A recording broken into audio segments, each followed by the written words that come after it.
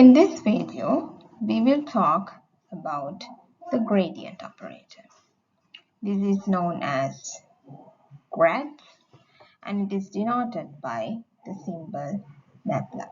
So this is a vector operator which can be written in the Cartesian coordinate system as dabba dabba xi, dabba dabba yj, and dabba dabba zk.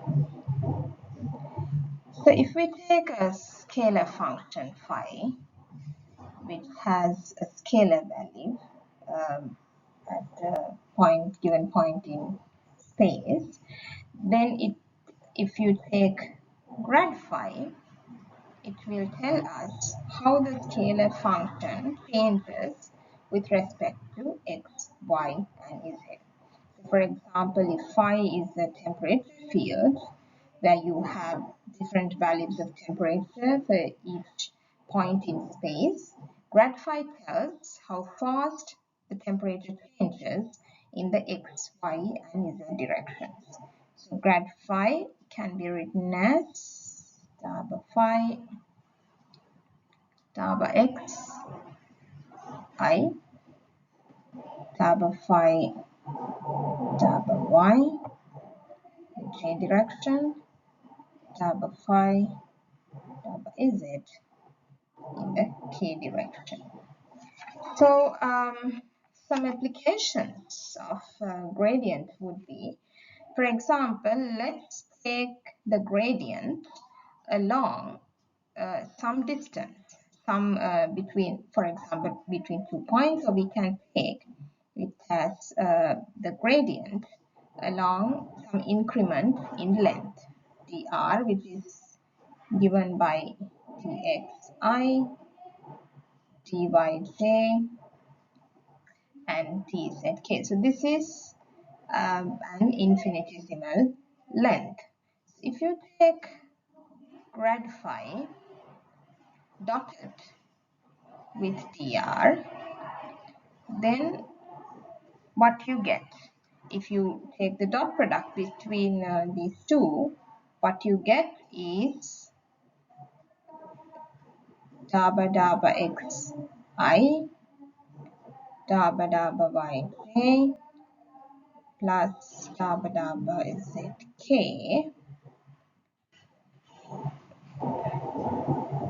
Okay, that is, there is phi also here. If we take grad phi, and you take the dot product of this thing with dxi, dyj, and tzk. So in that case, what you get is, you get dabba phi, dabba x dx, plus dabba phi, dabba y dy, and you get dabba phi, dabba z dz. So this is actually d phi. D phi is the change in function, change in phi when you go this infinitesimal length dr. That is what is given by d phi. So it informs us the change in function value. So from this one, you can see, if you want to maximize the change, if you want to maximize d phi change in function, you have to move parallel to the direction of grad phi. So if this dot product will be maximized if cos theta involved with this dot product is 1. That means if we move in the direction parallel to the grad phi, we can get the maximum change in function. This can be useful when climbing a mountain, for example, if you want to go to the top and if you want to find the shortest path to the top, the solution would be to go parallel to the direction of the gradient.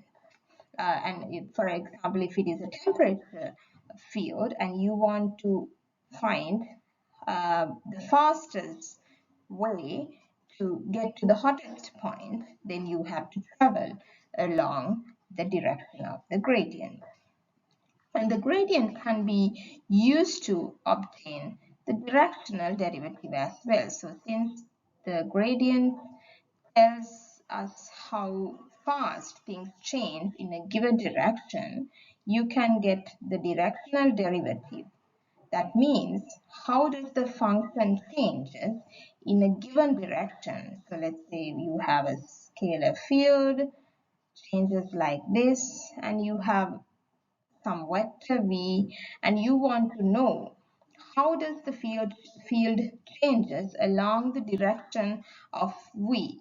Then what you have to take is you have to take the gradient of the scalar function and you have to dot it with the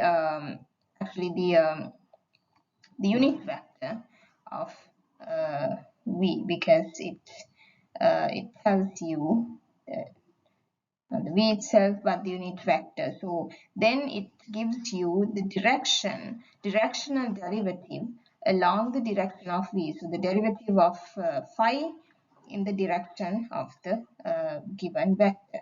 This can be useful in places like finding the force field from their potential. For example, if you think of gravitational field, gravitational potential is a scalar function which is given by minus g capital M simple m over r. So this is if you have Earth, the gravitational potential at a given point depends on the gravitational constant, mass of the Earth, mass of that object, and the distance from the center of the Earth to that particular point.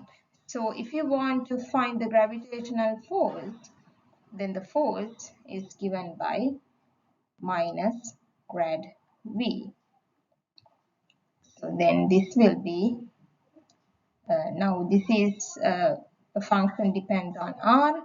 So here we have minus G capital M simple M over R, and you will get the answer as minus G capital M simple M over R squared in the direction of R, because here with the gradient operator it comes this unit vector as well. So this will be the gravitational field or the gravitational force. There are a lot of applications when it comes to fluid mechanics, fields like gravitational field, electrostatic field. We can do a lot of things with the gradient operator.